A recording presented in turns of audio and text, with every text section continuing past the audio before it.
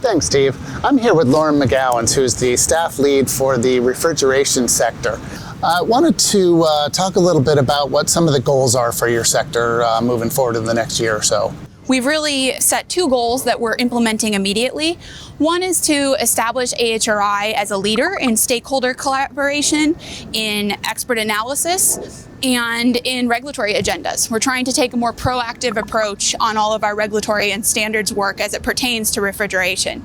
We've implemented these by forming some working groups and some committees that are working very closely with the regulatory bodies such as DOE on standard updates prior to their rulemaking efforts, so that we can implement changes that may be suggested throughout the industry before we see a NOPR from them and have to address comments that pertain to our test procedures. We work very closely with a number of the regulatory bodies. So in California, there are a lot of ongoing activities with CARB, the Air Resource Board, and with CEC. We also work closely with Canada. We've seen some standards updates from Mexico as well. And we engage with DOE and many of the departments within Washington on a daily basis. Recently, AHRI began a new communications tool, AHRI Connect. Can you give me an idea of how the refrigeration sector has been using that tool?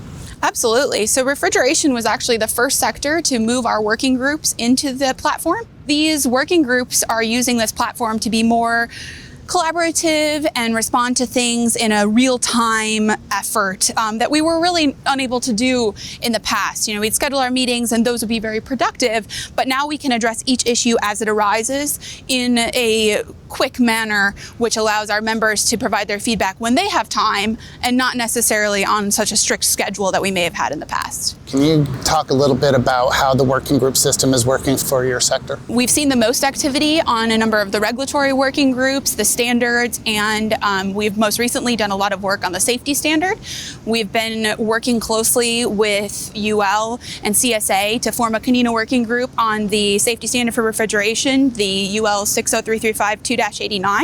And we were able to form a working group that submitted a proposal in just a few days. And within that working group, we have a number of subcommittees where the members are addressing specific issues to provide feedback back to the organization as they will continue to implement those updates. So this has kind of streamlined the process, which is, you know, one of the goals of the reInvent. Is that fair?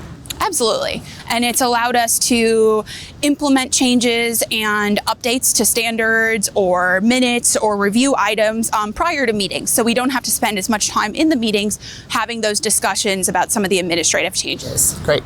Thanks for your time.